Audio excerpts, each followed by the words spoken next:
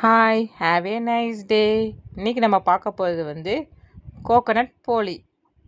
அந்த கோகோனட் போளிக்கு முதல்ல கோதுமை மாவில் மஞ்சத்தூளும் உப்பும் போட்டு நல்லா கொஞ்சம் சப்பாத்தி மாவு சப்பாத்தியை விட கொஞ்சம் சாஃப்டாக நல்லா நிறைய தண்ணி ஊற்றி பிசைஞ்சு வச்சுக்கணும். பிசைஞ்சு வச்சுட்டு நம்ம அடுத்தது அதுக்குள்ளே வைக்கிற பூர்ணை ரெடி பண்ணிக்கணும். வெல்லம் போட்டு நல்லா கரைஞ்சதுக்கப்புறம் தேங்காய், ஏலக்காய், சுக்கு எல்லாம் போட்டு நல்லா கெட்டியாக வந்த மாதிரி பிசைஞ்சுக்கணும். மாவு நல்லா லேசாக இருக்கணும். எடுத்தால் இது மாதிரி வரணும்.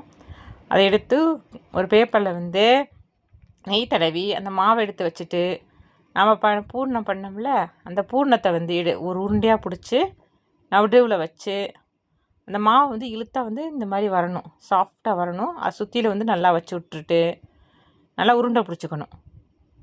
உருண்டை பிடிச்சிட்டு அது மேலே அதுக்கு மேலே இருக்க பேப்பர் இன்னொன்று போட்டுட்டு, என்கிட்ட வாழை இலை இல்லை, அதை நான் பேப்பரை இப்போ யூஸ் பண்ணியிருக்கேன். நீங்கள் வாழை இலை இருந்தால் வாழை இலை யூஸ் பண்ணிக்கோங்க. நல்லா கொஞ்சம் லேசாக அமுத்தி விடணும். அமுத்தி விட்டுட்டு அதுக்கப்புறம் சப்பாத்தி கட்டை வச்சு மேலே நல்லா உருட்டிக்கணும். ஒரு வடைச்சட்டியில் நெய் தடவிட்டு நல்லா காஞ்சதுக்கப்புறம் அந்த போளியை எடுத்து அந்த வடைச்சட்டியில் போட்டுறணும்.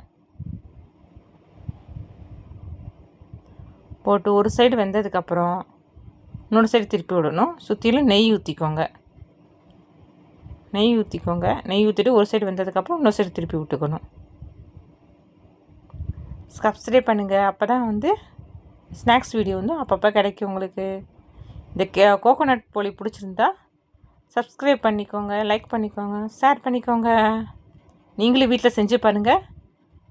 சுவையான கோதுமை மாவு கோகோனட் போளி ரெடி.